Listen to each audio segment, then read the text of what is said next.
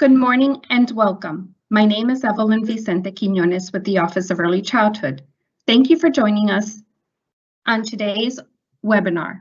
Today we will discuss the Child Care Stabilization Funds. We are glad you can join us today. This broadcast will be in English, but there are subtitles available in 5 languages. You can access the subtitles by clicking on the CC button on the right-hand corner of your screen. When clicking on the button, you can select the appropriate language. We will be providing a translated version of the video next week in Spanish. This webinar will be recorded and posted on our website. We thank you for joining us today. You can post questions in the Q&A box. Buenos días y bienvenidos. Mi nombre es Evelyn Vicente Quiñones. Gracias por acompañarnos en este seminario web de la Oficina de Primera Infancia. Hoy hablaremos de los fondos de estabilización, del cuidado de niños. Nos alegra que pueda unirse a nosotros hoy. Esta transmisión será en inglés, pero hay subtítulos disponibles en 5 idiomas. Puedes acceder a los subtítulos haciendo clic en el botón CC en la esquina inferior derecha en su pantalla. Al hacer clic en la parte inferior, puedes seleccionar el idioma apropiado. Proporcionaremos una versión traducida del video la próxima semana en español. Este seminario web se grabará y publicará en nuestro sitio web. Le agradecemos por acompañarnos hoy. Puedes publicar preguntas en el cuadro de preguntas y respuestas. El seminario web de hoy será grabado y publicado en nuestra página de web y YouTube. Ahora le doy la palabra a la comisionada. Buenos días, comisionada. Now I will turn it over to Commissioner Beth Bai. Good morning, Commissioner. Ahora hablarás con la comisionada Beth Bai. Buenos días. Buenos días and gracias, Evelyn. Thank you for kicking us off. Really happy to be with you here today. I just want to say how excited we are at OEC to be able to share with you the application process for the American Rescue Plan Stabilization Funds. These funds are coming to us from Washington, D.C. President Biden thought it was very important that child care programs get stabilization funds because you play such a critical role in our in the whole economy, but most importantly for children and families. We think these funds are going to make a big difference for you. As I say all the time, it's not sufficient, but it's a help and it's a step forward. And I think after last night's speech, we know that Washington, D.C. and our federal government is saying we need to think long-term about early childhood education and child care. So more to come on that. But what a big day. I know as a former director how stressful and what a strain that job is on a regular day. And I've talked to several directors this week who just expressed to me what an incredibly difficult time this has been, both for families, for their staff, for their programs, for their own existence, that I know many of you have had to make really difficult decisions about how to stay open. And we really hope that today, as we talk to you about this program, that this will be a help to you. It's not going to be our usual format. We're not going to have a lot of time for Q&A. We're not going to actually do live Q&A. That will happen going forward in the chat. So you can chat your questions and we'll take them all and work on a frequently asked questions. This process is very exacting and we want to make sure that we get you the exact right answers. As you know, many of you were part of fighting to have an Office of Early Childhood. Our mission is to be really focused on children and families, and we've recently updated our mission and vision statements to just be very clear about our work to assertively remove barriers and build upon the strengths of historically disenfranchised people and communities to ensure access to our resources. And we've really implemented this updated mission statement in this work here. I'm grateful to the whole team at OEC I can't thank them enough for their thoughtfulness here, and many of you on the call who've told us what you needed in these stabilization plans. There's no perfect answer in a pandemic. We believe this is an important step, and there will be other steps as well. What we've been trying to do across the various funding streams is look across, how do we keep people healthy and safe? How do we make sure the workforce is there? And we know that's one of your biggest challenges right now. How do we keep quality in mind? So we're ready to help rebuild. We cannot, certainly our agency can't rebuild. It's about supporting your rebuilding. And so we're really happy to present this to you today. Just checking my notes to see if there's anything else I was supposed to say at this moment.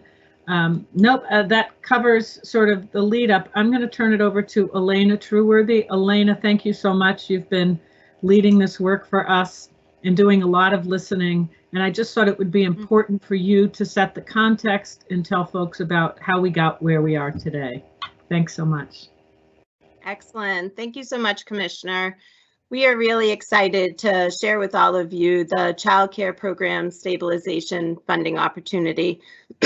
What you'll hear about today has been designed and developed in partnership with many of you, the other Region 1 New England states, and includes intentional efforts to really ensure a fair and equitable distribution of funds.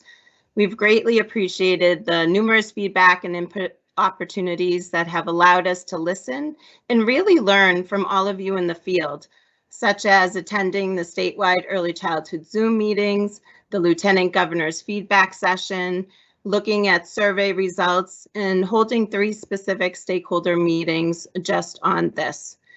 So we took into account lessons learned from how we deployed the CARES dollars and built upon what worked and changed what didn't.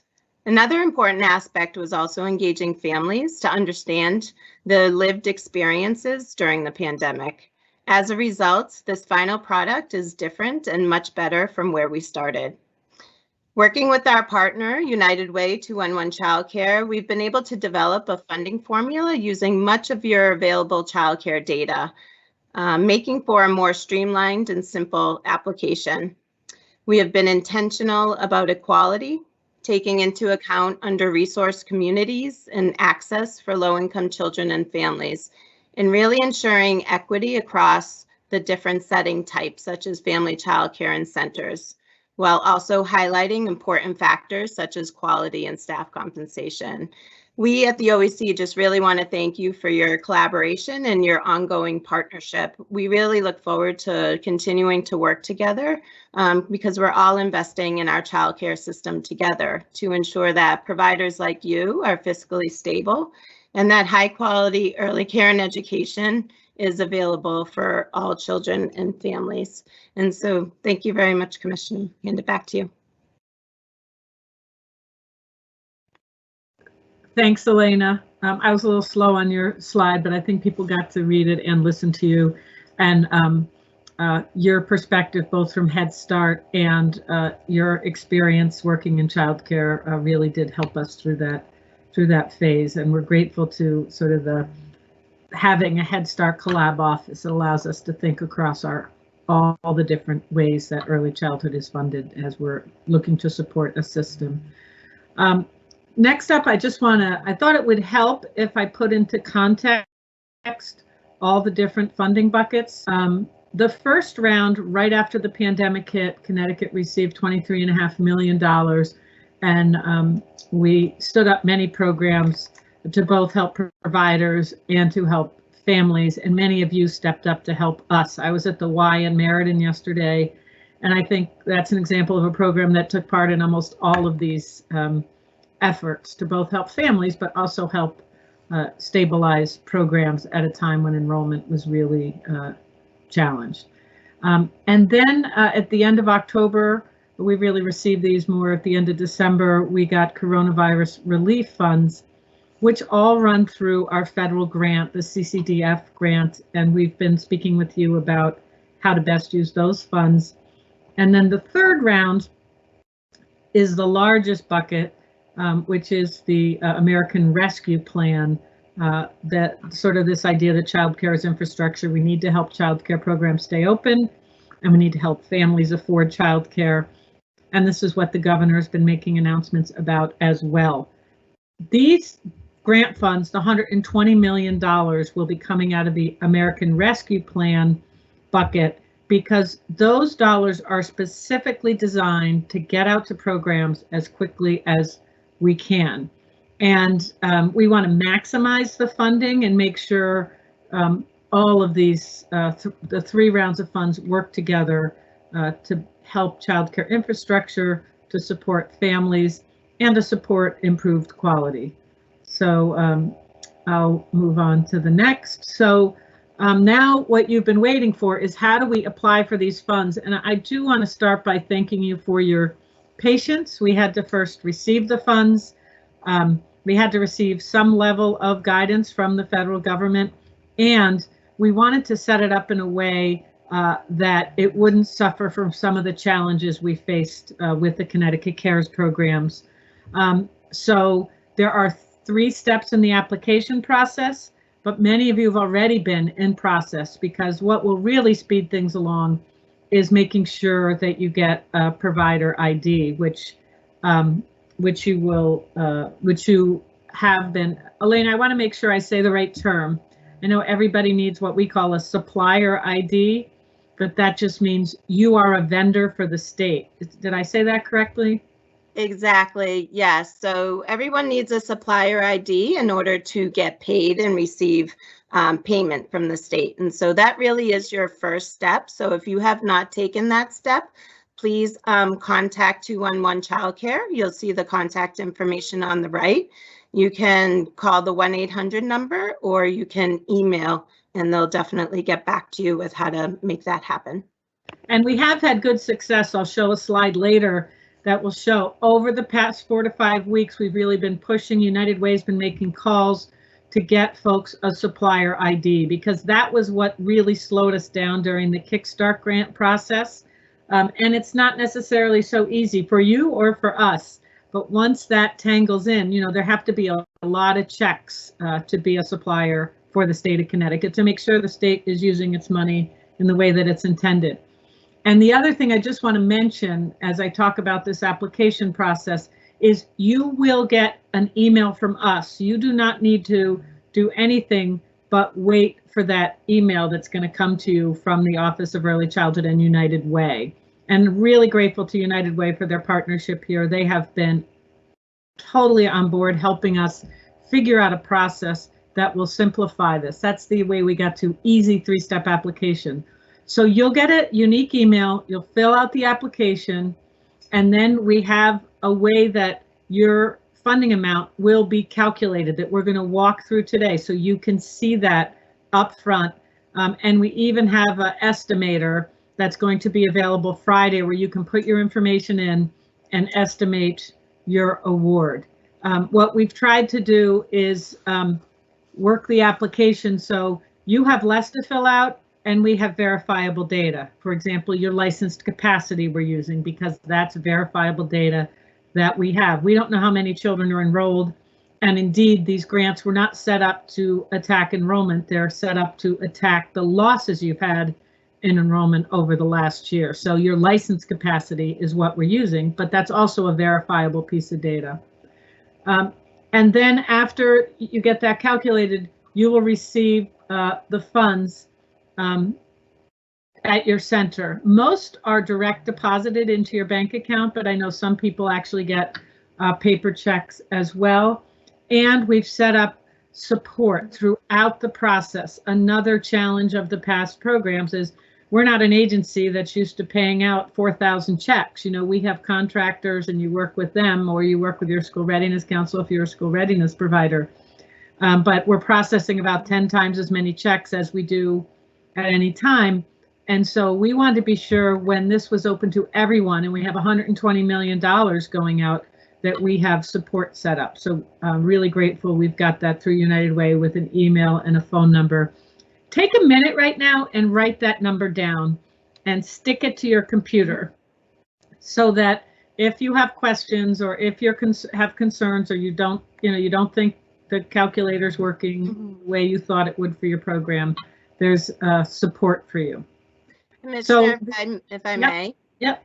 We just want to stress that we have, sorry about my voice, we have funding available for all eligible providers. This is not a competitive process. So if you are deemed eligible, we have funding for you. So just want to make that point clear. Yes. Yeah.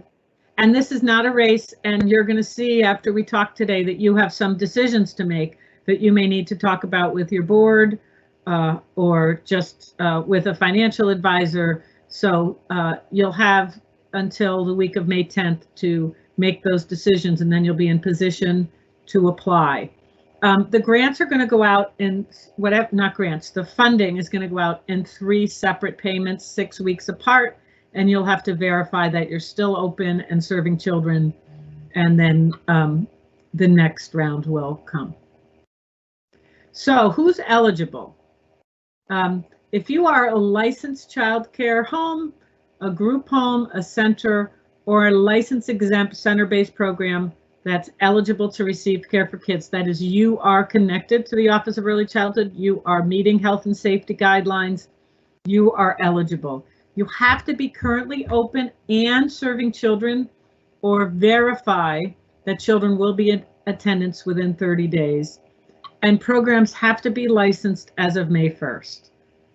So that is who is eligible for this $120 million in funding. And then this is where I think, we'll get a lot of questions and we will answer for you. But as I've said, this is meant to recognize that it's been a very difficult year financially for programs and that you continue to have extra expenses. For example, I know you can't have people hopping between classrooms as much as you used to, and that happened all year. And so you had to have extra staff, etc. So these are the items that you can use the funds for. Personnel costs. You can use it for premium pay if you're, giving staff extra funding because they're working during the pandemic. It can be rent or mortgage obligations, facility maintenance, goods and services. Basically, these are costs to run your program when you've been suffering from reduced revenue. You can also reimburse yourself for business expenses that happen between January 2020 and that occur through September of 2023, which is the end of the deadline for this funding. So this is where I think probably what's going to take the most time to explain today. And I will ask my team if I say anything that's not clear, just hop in. But every program is going to have a base amount, which we'll discuss in a minute. So you have a base based on the kind of center you are and who you serve. And then there are bonuses. There's a bonus if you're NAEYC, NAFCC, or Head Start accredited certified.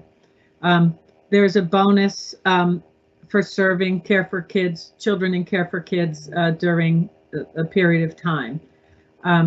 There's also a bonus if you were operating at the peak of the pandemic, and there is an equity bonus that's grounded in the population in the community where you're serving children and families, and we'll go through that. The other just star there is saying you're entitled to the full bonus, but we are requiring that centers, so this is not true for family child care homes, we are requiring that centers assure us that at least 25% of the funds will end up with staff. And you can decide how to do that, and we'll give guidance about that as well. And if you can't verify that staff will get 25%, then you just get 25% less funding. And I'm certainly not limiting it to 25%. I was worried about, how people will perceive that, but a minimum of 25% needs to be with your staff. So how do we get the base amounts and why? Basically, the base amount is $640 a child if you are open by October 12th, the week of October 12th to October 16th, 2020, meaning if the programs were open now, you may say, but I was closed because of a COVID closure. That doesn't count. You're considered open. If you were closed because you had a case of COVID that week, that's not the point. The point is the full bonus will go to programs that were open that week of October 12th, that had made it and gotten themselves reopened to serve children. And if you were not open then, or you are a new program, and maybe you opened in January, then the base is $440 per child. And we calculated these bases based on the $120 million and what we knew about who was open. So we were trying to maximize the amount for everyone using this as a base. There's also a setting type adjustment. So centers will receive, childcare centers will receive a 20% bonus. We know that the cost of operating a childcare center, the overhead costs are 40 to 60% higher. So we know there's a difference. And so this is just to account for those extra costs of operating a center. There is also an infant toddler bonus because we have such a shortage of infant toddler care. We know it costs more to serve infants and toddlers. So you have extra expenses if you're serving infants and toddlers. You know, family childcares have a limit on how many they can serve, and centers have to have smaller group sizes and more staff. So we are enhancing infant toddler by 25%. And that's part of the base because you are a center that has that. So that's in the base.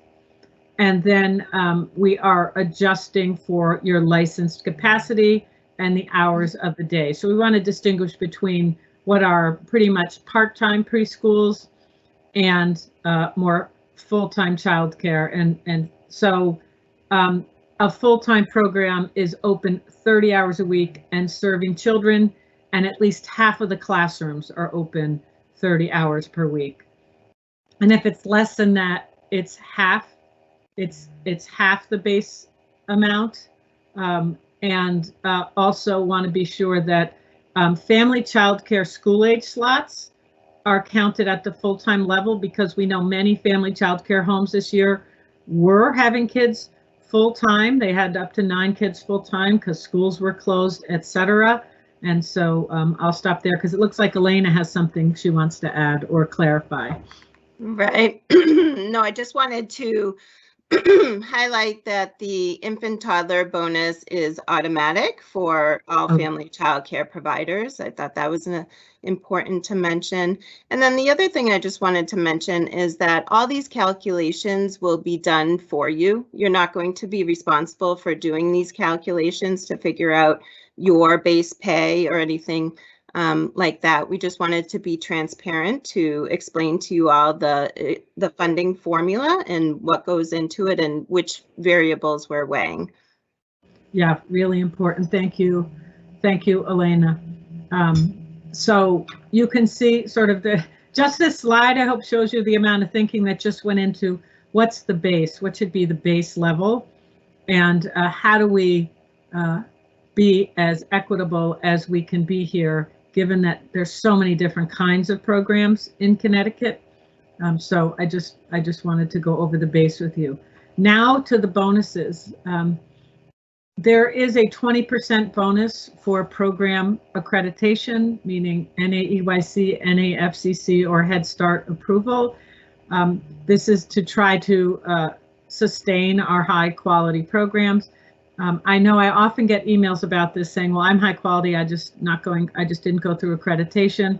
We have to, as a state agency, use a standard that's established in terms of quality. I know there are high quality programs that may not have gone through the accreditation project, but this has been a priority really since OEC opened, supporting programs reaching accreditation, etc. And also know if you're not accredited, that the governor has set aside additional funds to pay accreditation fees, etc. going forward. But for now, we're using that as our standard of quality, and it will continue to be a standard of quality in Connecticut because we need something that's verifiable that we know leads to better outcomes for children, and these are the accreditation systems that have demonstrated that. There is also a Care for Kids bonus, and this has changed a bit based on feedback. Many of these things have changed based on feedback. But this is awarded to any program that received Care for Kids benefits in either December 19, December 20th, or March of 2021. So we want to give you the benefit of the doubt. We didn't want to pick one date, but we wanted to be clear that these were programs that were regularly serving children who were on Care for Kids. The next bonus is for those programs that were operating at the peak of the pandemic. So this is sort of on top of the base amount that looks at where you are operating by October. So any program that was operating two of the following three dates, March 27th, April 20th, and May 4th, we're considering them as having been operating during the pandemic, and there's a 5% bonus there. And then I'll get into this in a minute. We are making an equity adjustment, understanding that the pandemic had differential impacts on different communities. And we certainly saw big differences in programs that were operating in high need communities, had much lower enrollments and suffered disproportionately in terms of revenue. And the governor has asked all of his commissioners to look at equity and at communities disproportionately impacted by the pandemic as we were working on distributing resources. So there are different levels of the SVI, means Social Vulnerability Index. It's an index developed by the CDC that I'll explain in a minute. And level 1 means the program is located in a community that does have needs. And then level 2 is the program's located in a community that has really high needs. And we did used to just have one, but we found there was a really big difference when you looked at the programs with the highest needs, and we felt we should differentially reward them with funding. So just to go over some things, Elena mentioned some, there are differences between the setting type. We know there are different kinds of settings, but they're both critical parts of our childcare infrastructure. So we did make some adjustments, understanding that centers have much higher overhead costs. And so we have the adjustment for that. And we're using their licensed capacity versus attendance data because that's really what it's about. For family childcare, we just assumed every family childcare program had infants and toddlers because that is in their licensed capacity. It was also a way to recognize that we really need infant toddler care, and they've been an important provider of that. Also, family child care homes automatically get the staff compensation because they are the compensation. So it is their business, and so they don't have to opt in or out of that. And also, we calculated their licensed capacity, including the potential for school-age capacity when a program had that, just to give the benefit of the doubt on that end. So I'm using the word benefit of the doubt because what we tried to do every time we had a decision point, we said, okay, we have to give the providers the benefit of the doubt. This is a program set up to help. Now, onto the equity bonus. I just talked about this, but we have to have a focus on communities that were disproportionately impacted by COVID-19. And this would provide additional funds to those. And it's part of the equity bonus, which I'll demonstrate in a minute. So critical is we're not making this number up. This is the Social Vulnerability Index is calculated by the CDC to look at communities and neighborhoods that have particularly high stresses, if you will, and have high needs. And the scores range from 0 to 1. And there are many variables. So I'm not going to read this whole slide. I think the best thing to do is go to a picture. So it's much easier to see in a picture. This is a way to help states identify communities that need support before, during, and after disaster. So this has a very specific purpose, and we are literally after a disaster here, and I know we're still living parts of it. And it's done not by zip code, but by census tract. And there are 15 variables which you can see on this slide. It has to do with income level, household composition, minority status, and housing type. So they look at all of these 15 variables and they come up with their calculation. Anyone from OEC want to add anything? Rachel or Elena, have I explained that? I'll just add, this is Rachel Leventhal-Weiner, our Chief Research and Planning Officer. I'll just add that we are in the process of building a tool to help providers understand their social vulnerability index score, again, calculated by the CDC based on census data. And when we roll out the calculator, the estimator tool for how much your payments will look like, we'll have this tool available as well. So we hope to have a resource so that people can understand this a little more closely based on your addresses.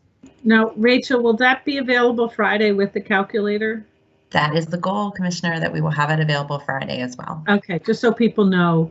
And I know that people on my staff have Googled SVI and their address and looked it up. So I'll explain this. I'm just wondering, Elena, if there is somewhere where we have the, oh, here. So let me just go back to the equity adjustment. So just in case you do end up Googling your neighborhood, let me just re-emphasize that if you have a social vulnerability index at the location of your center, now, not the location of your headquarters, the location of the center where the children are being served, if it's equal to 0.6 and less than 0.8, you'll get a 25% bonus. If it's greater than or equal to 0.8, you will get a 35% bonus. And I do want you to note that of all the adjustments, these are the biggest adjustments.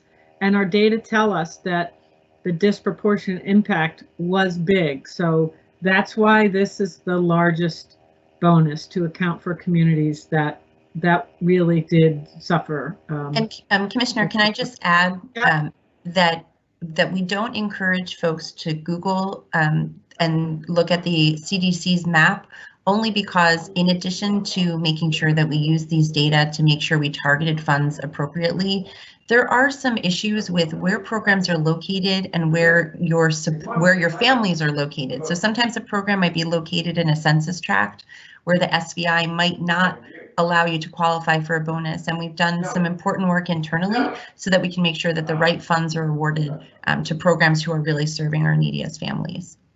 Yes, thank you, Rachel, for that. I know I was a director and I'd be looking it up right now. I bet, I know.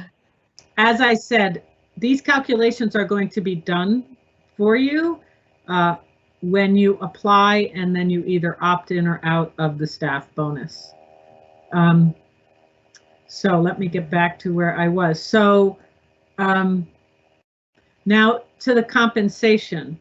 This was really important to me, and I think to our team, that a portion of these funds go directly to staff in childcare programs. And this is for centers. So what I'm talking to now just applies to childcare centers, not to family childcare homes. So you have to agree that 25% will go to your staff, and you'll have a place on your application to opt in. And if you don't opt in, then you'll get 75% of the total funding versus the 100%. And I know there are complicated reasons why. And I know, again, if I was a director, I'd be looking at ways to compensate my staff that may not be permanent raises, because this is a temporary measure. But there are a lot of ways you can think about compensating your staff with things like bonuses, maybe extra payments into their retirements, maybe paying healthcare costs, their share of the healthcare costs. Thinking of ways that are temporary, that recognize their critical work at this challenging time. And I hear from directors all the time, you want to pay your staff more, you want to help your staff. This gives you an opportunity to think through that, maybe take their input and figure out what's the best way to use the funds and get them to the staff. So now on to how does this work? And so we thought, well, I've just explained a lot of things, but we want to make it real for you and walk you through a real example. So this is a family childcare home that's licensed. They stayed open through the pandemic. They're full-time, and they have 9 children. So they are not accredited, but but they are in a place that has an SVI between 0.6 and 0.8, so they're getting the equity bonus. So they have 9 children, and as we said, every family childcare will get the infant toddler bonus. And then, so you basically take the 640, which is the base, because they've been open. And then you add 25%. So if you'll remember, when you want to add a percentage, you basically say times 1.25. So that adds a 25% times 9 children. So the total base amount is $7,200. This is a program that takes care for kids, so that adds $1,080. They were open at the peak of the pandemic. That adds $360. And they're in a neighborhood that qualifies for level 1 of the equity bonus.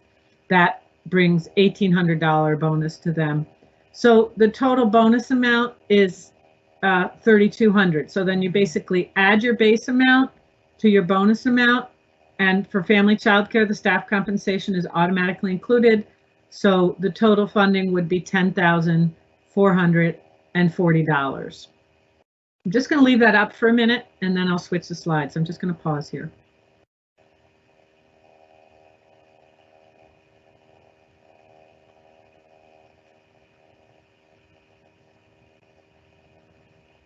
Okay. Now I'm going to bring you to another family childcare home. It's licensed, it's accredited, it stayed open during the pandemic, and it's full-time, and there are 9 children enrolled. So here's the base amounts, plus they're accredited, plus they took care for kids in that time period that we talked about. They were open at the peak of the pandemic, and they receive a level 1 equity bonus. So this particular family childcare home will be getting $11,880. So it's slightly different because of the accreditation bonus here.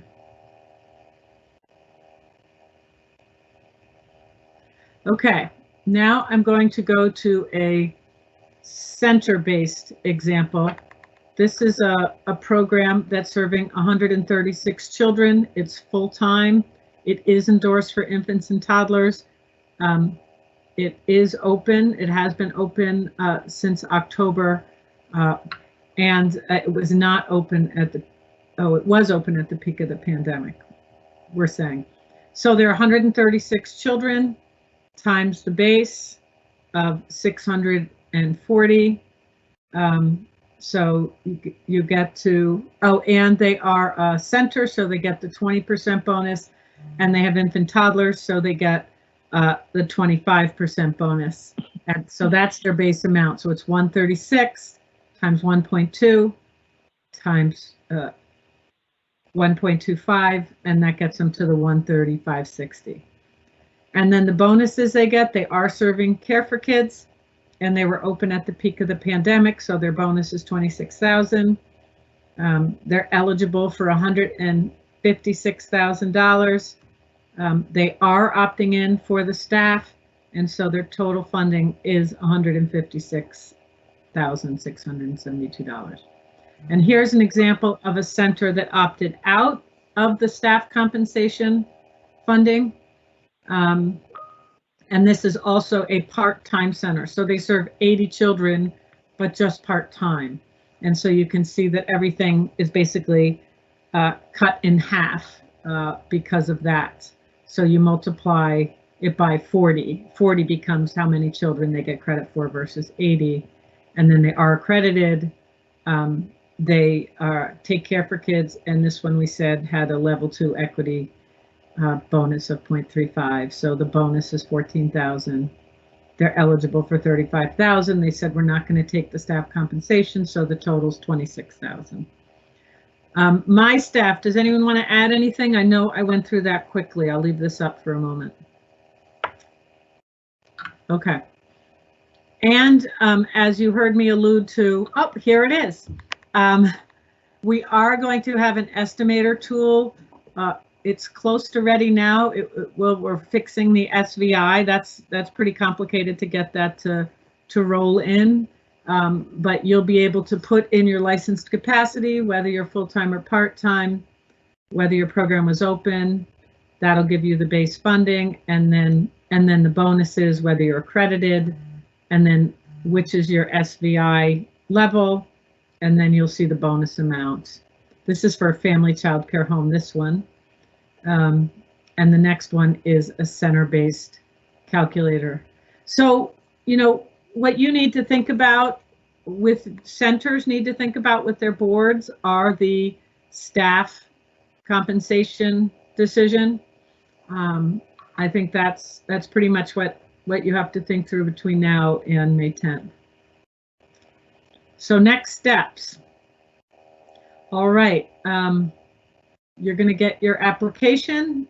These are the items you'll need to know: your hours of operation, that you're open, and then whether you're going to opt in or out. So you'll be getting an email from this address, childcarefunding@connecticutunitedway.org, inviting you to apply. Please do not forward that email because it's literally specific to your license number. So that is your particular email. And the application is due by June 30th. Commissioner? Yep. Great. This is exactly where I wanted to interject. We did get a few questions about, oh no, on the next slide about the supplier ID. We did get a few questions about whether or not people knew if they had a supplier ID. If you've been paid by the state in the past for our past programs, you would already have a supplier ID, and you wouldn't receive a link to the application unless we were ready to actually process that payment. Right. So before you'll get the email, you have to have a supplier ID. Is that what you're saying, Rachel? That's correct. Elena's about to also add some extra details. Yes, no, exactly. I just wanted to underscore that. So that is why it's critically important that if you have not started the process to get your supplier ID, that you make immediate contact with United Way 211 Childcare. Give them a call, email them with your license number, and they'll get back to you right away as to how you can start that process, because you will not receive the email with the attached application if you do not have your supplier ID yet. I'm just going to ask Sherry to chime in. Sherry, what always happens after we do a webinar like this is people call and they say, I think I have my supplier ID, but I don't know if I do. If they call United Way, will you be able to confirm that for them? So we don't, Sherry is not on the line currently, Commissioner, but yes, that is the plan, that the contact information that's listed here will help folks understand where they sit in the process. If you've applied for a supplier ID, but you haven't received confirmation from the agency, it could just be it's still in process. Okay. All right, but this is definitely the thing that slows applications down, and we've been highly focused on for 6 weeks, because when people from my agency and United Way get pulled off helping a lot of people on supplier IDs, then it slows down other tracks of work. So anything you can do in the next 10 days to get this moving for yourself would be really appreciated, because it's going to help the whole community receive their funding faster. But this is huge progress.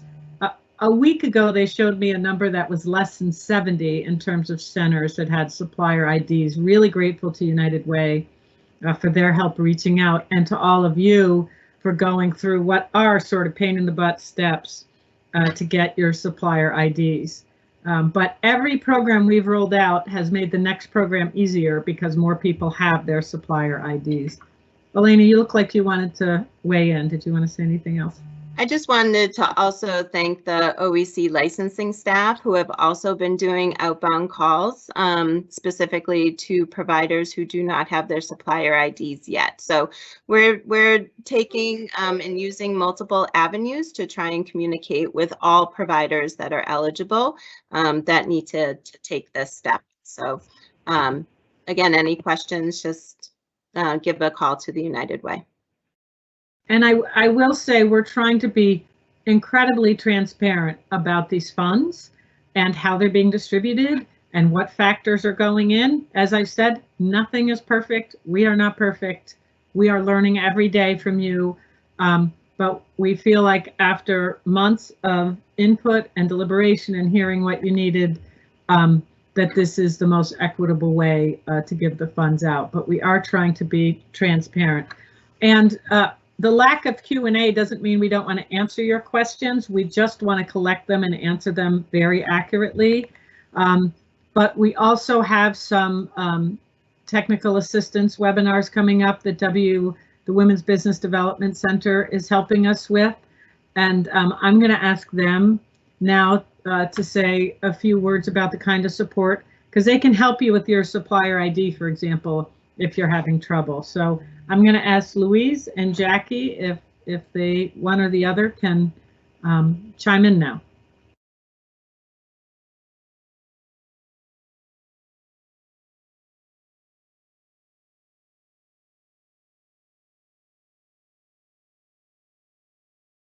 WBDC, you might be muted, so maybe try unmuting yourself. Yeah, we are working on it, Commissioner. My apologies.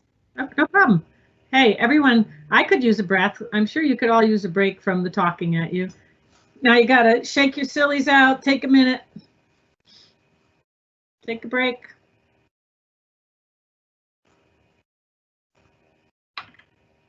I'll just start, and then I think WBDC can weigh in. Elena, do you want to talk about this part? They're sick of my voice, I'm sure. Sure, absolutely. But I know that I won't be doing WBDC justice. But I think some of the main points here is that we have such a wonderful partnership with the Women's Business Development Council. They really add and bring the knowledge of business to this conversation. And we have heard from the field questions about what this income means for my program, what does it mean regarding taxes, how can I best use these funds to really stretch the use of these funds, because remember, the time frame is through September 2023 to be able to use these funds. So there's some time for you to really think about and plan for the best use of these funds. And WBDC really brings that skill set to support providers. Next slide. And these are no-cost business supports to Connecticut's childcare providers, and they have really been able to form partnerships with providers, starting with the CARES Act funding through Kickstart and through other initiatives. But they bring trainings, they bring advising and mentoring, and really guided aspiring to, entrepreneurs and to small businesses and women-owned businesses as well. And so they really cultivate a network of shared partnership where people can share lessons learned and best practices. And the technical assistance piece is really critical, right? We know that running a business, running a high-quality early care and education program is not necessarily easy, and there's a lot of pieces to that. And so WBDC offers one-on-one counseling and support, along with webinars and group trainings. And so some of the things that they can help you with is to obtain your supplier ID for payment. And so we have the resource of 211, but maybe you're having challenges uploading your W-9 or whatnot. They can assist with that. They can help with estimating the amount of funding that you might be receiving. Again, identifying the best use of your programs. And also, I think really important are methods for tracking expenses and how to avoid double dipping. We are asking programs to keep receipts, to keep records for at least 3 years for how you have spent these funds, because we will be, auditing some of the use of these funds. And then also this big question around taxes. We want everybody to take advantage of these funds. These are for you to really support your business and to support your operations. And so how to best think about taxes and how to offset taxable income. and the whole piece around staff bonuses and staff compensations.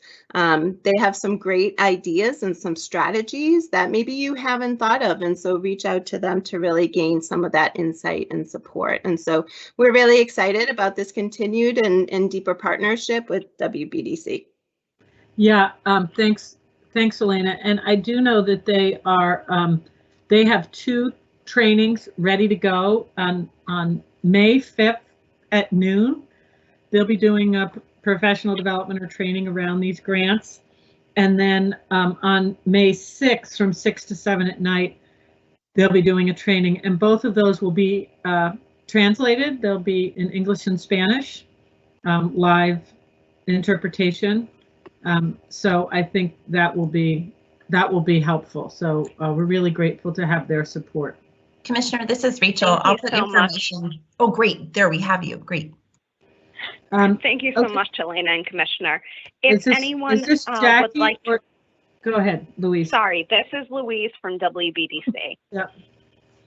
If anyone would like to register for the program, you can give us a call at 203-751-9550, extension 113, and we would be happy to get you registered. My colleague, Eloisa Melendez, is English and Spanish speaking, so she's able to help everyone for that. Awesome, thank you. So in addition to those information sessions, we'll also be providing one-on-one counseling. Yeah, we're so grateful, Louise, for your help. And I think, will people be getting an email or on the listserv about the May 5th and May 6th? I mean, exactly. We'll send out a link tomorrow. Okay, there'll be a link tomorrow. Great. So a lot of the Q&A can be answered there as well. So you know, that finishes up our my presentation. Rachel, I'm going to turn it to you just in case there are some items that you think need clarification right now, and you can close it out. Thank you all for your attention, and it's great to be with you.